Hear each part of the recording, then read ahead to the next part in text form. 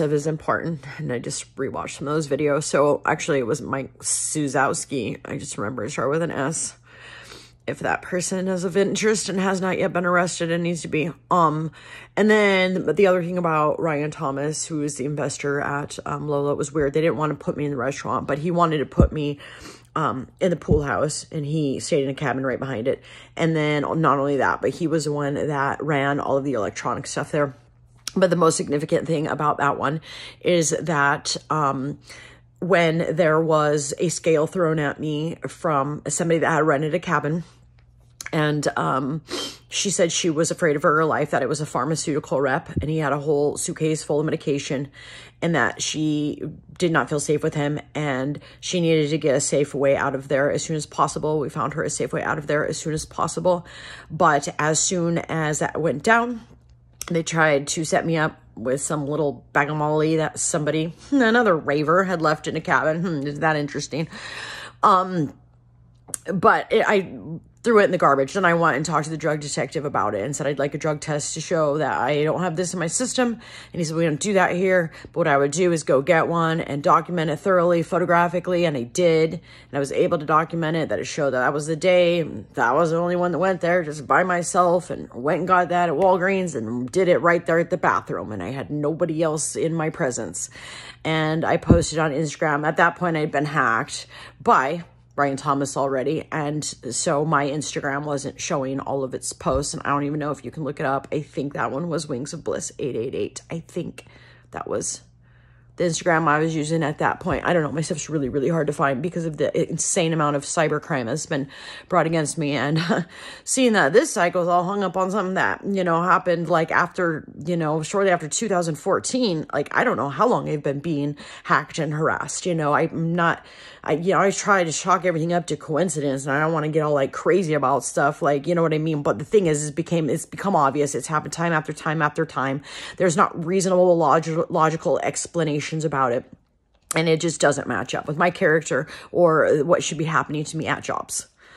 Anyways, so what then that Ryan Thomas did, and he had a very weird schedule. He had a truck with spotlights on it. He would wear, you know, like safety vests a lot and be up very late hours of the night. They would have rave parties there. Someone would go missing. They would get rid of all the staff. They would replace them with all new staff. There was a rumor about it, which I was like, whatever, I don't know, until that actually happened, and it was covered up by them. And then I knew there was actually something to it. So after that, he called an emergency staff meeting where he recorded the meeting. And then he said in this recorded meeting, a staff meeting, that he dealt with it, although he threw that scale up on the table. And I'm thinking in my head, you know, if he dealt with it, wouldn't the police have that in their evidence, you would think? So then I did, again, go talk to the drug detective up in Missoula, Montana about it. And he indicated that they were being watched anyways.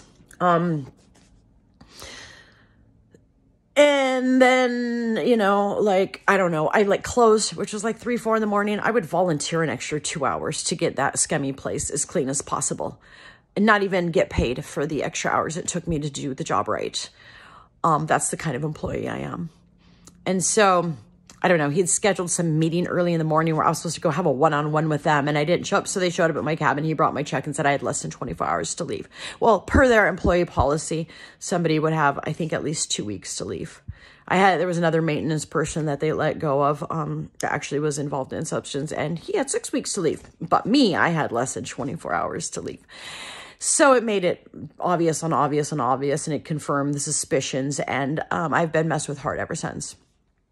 And then it was immediately after that Willow Creek job suddenly popped up, and I went there. Oh, and the other thing about Lolo is they had brought in someone from Salt Lake who was a Mason, and they had already, and it was interesting because when he agreed with that, we were in the bar talking about another dance party, and I mentioned how I had brought my friends, Gabriel Schmidt and Enzymes in Dubuque, and Gabriel puffed up in the bar, and they got kicked out, and mentioned that I had known most of the police and detectives from my hometown of Butte, Montana. In fact, I went to Vegas with half of them. And until the corrupt setup thing happened with that sergeant's son, I was very honored by them.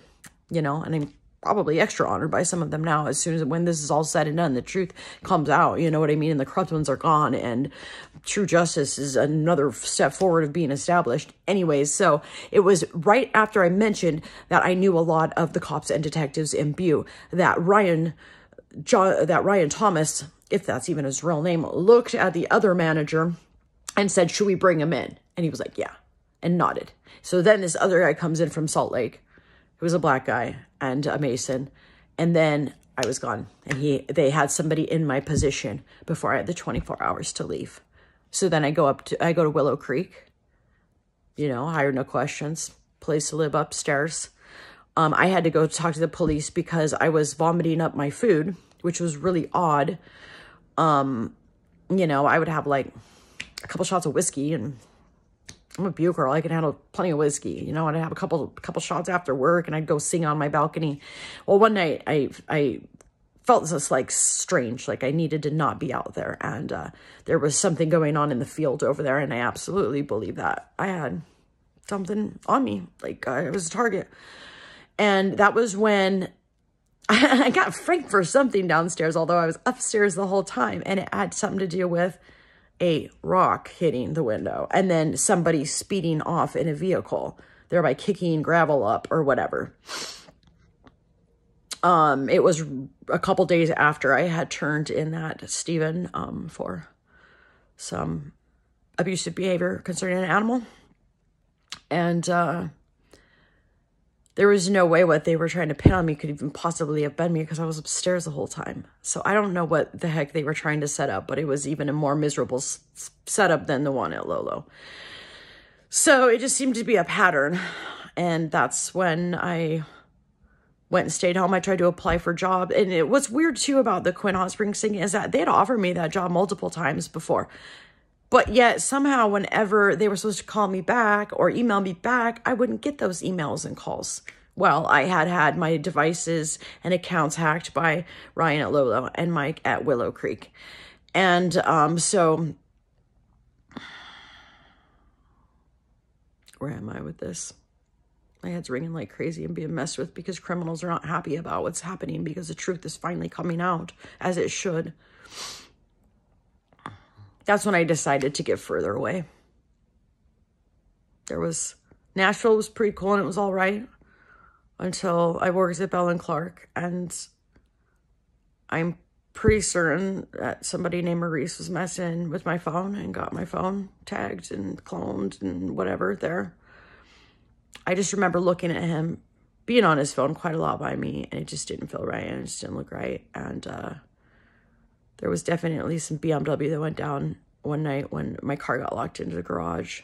But we finally got out and made it out of there in time to get back to our communal living by the curfew time and be okay to go back and flag some more. That video cut off. I just hope all this gets straightened out and connected and dealt with, and my life gets saved, because I have worked 4 temp shifts since.